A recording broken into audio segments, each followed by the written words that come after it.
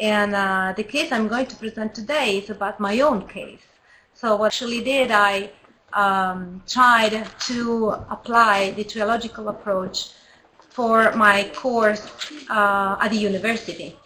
And I found that talking also to my colleagues, to other colleagues, and try to, how do you say, to contaminate what I was doing with my colleagues was kind of hard, because at our level, actually, we are never asked and never assessed on our on our teaching style. What we have usually is a feedback from students that are assessed just, how easy or hard is the course and how easy or hard is the test that we offered, we administered to them.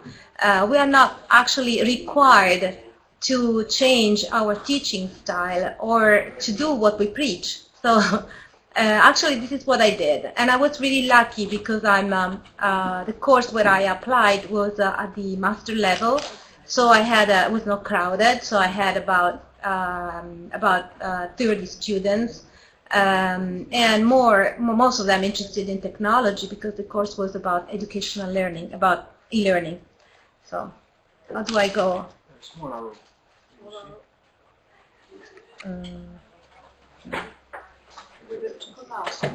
Col mouse. It's going too fast.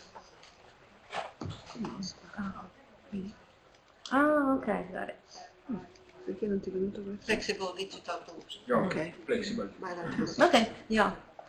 Yeah, there was another slide that didn't show up. I don't know why, but yeah. So I thought that a nice way to tell you what happened with my course was not to go through the principle. Nevertheless, if you are interested to understand how I translated the principle into the educational practices, I invite you to see the poster that has been prepared together with 3 of my students that are sitting here. There. So Adriano, Francesca, and Maurizio. So they helped me on preparing also the poster, which at this point is also a triological object. So if you want to know more detail, just go, the poster is somewhere here. But what I did in this way, I tried to find a narrative, and to find a narrative combining or comparing, if you want, the student point of view and the teacher point of view. So what I actually did and what students were actually asked to do. And this is to show you in a way, the complexity that such kind of application, this type of method would it requires, but also to show you how a real change is introduced by using this type of methodology. So the first thing that I did, I divided the course in 2 parts, so I call Module 1 and Module 2. Module 1 was more aimed at giving the basic information about what is the learning. So I gave them information about educational theory and the role of technology in learning, and what is education at a distance, what it means in learning, and so on and so forth. So all kinds of information. Module 2 was very much based on the idea of building objects.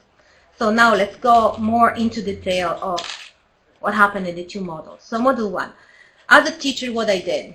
So I, of course, started to plan in advance. I had in mind how many groups that I could form and how big the group were going to be. So the size of the group. So let's say, in a way, my favorite idea was to have a group of 6 or 7 or maximum 8 students. And I started to prepare the didactical material and selecting the material for each student. In a way, I applied a sort of jigsaw. So I had a group of students that were studying the same material, and group of students that had to combine the material that they studied. So, and I had also a group of supervisors, a group of tutors, and I supervised the tutors. Those tutors were students from previous years. They were still interested for different reasons, because of their training or because they're writing the dissertation. So they were still interested in the topic, and I trained them in helping me in supervising the group. Then I prepared, I set the environment, the digital environment, so somehow I had the idea already what kind of environment I wanted to use to do what. For example, I used a forum community to develop online discussion. I used LinkedIn because I wanted to also students to develop their personal profiles, and I used Padlet for brainstorming, Doodle to make decisions about dates and other kinds of decisions, Google Drive to share the documents. So I know more or less what I wanted to do, and I was selecting the right environment for the right activity. And so then I started to contact already the entrepreneurs because I wanted to involve them in Module 2. So, but instead to have a good, efficient collaboration in Module 2, I already started to contact them during the Module 1. Together with the tutor team, I assessed all the activity that students were doing online. But the material that were produced by the student was assessed by me, and I made it clear in advance the criteria of the assessment that I was going to perform. So what the students were supposed to do in Module 1? They had to open their own e-portfolio. They started to open their portfolio first in one environment, and they had to develop the portfolio in LinkedIn. And I introduced LinkedIn as a professional tool, so the whole idea was to have a course that was not meant just to give them information, but to prepare them entering the market. So using also professional tools. So they had, of course, to attend the lecture at the university, not the traditional lecturing was still alive and still had a rule. So they had to enter the expert group, which was composed by students studying the same material. And at the same time, they had to discuss about the material that I assigned them. They had to write individual reviews about the material that was assigned to them. So this is a combination of individual work and group work. So you discuss about a material, but you know that you have to write something personal. That has to be original, even if you discuss it with other students.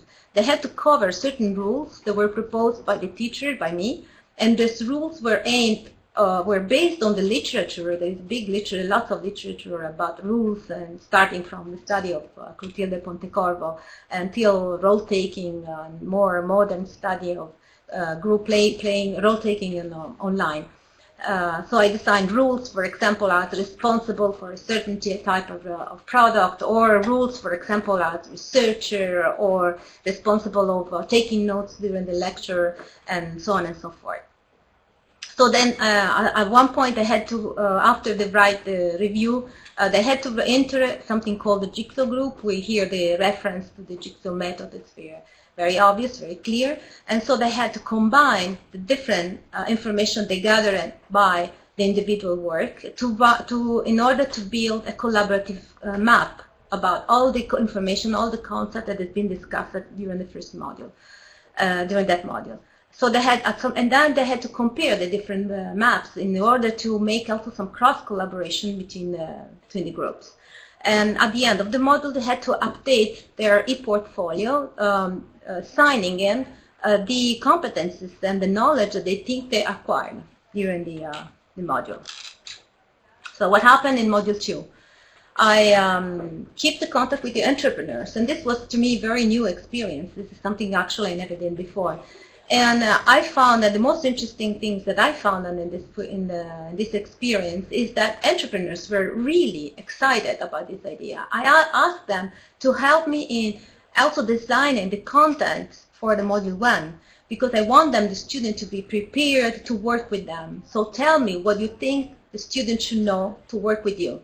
So I redesigned also the content of the first module. And so we started to think about what it could be, a nice object that the student had to build in order to be, interesting, appealing in the market of e-learning.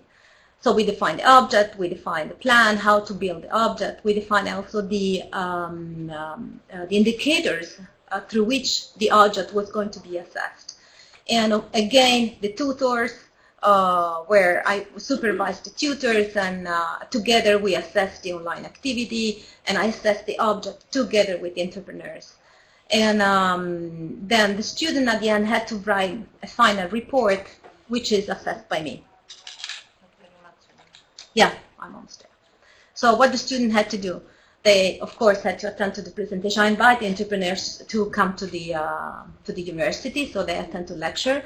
They had to choose the object, build the object, compare the object again as a jigsaw group, and they had to update their portfolios and write again final reports.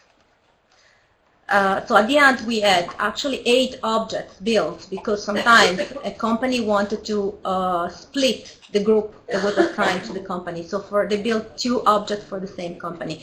And I just will give you some examples. I don't think I have time to go through all of them, through the 8 objects. But one thing that I want to tell you is that all these objects are actually meant to be into the market. So they are going to be something that customers will use.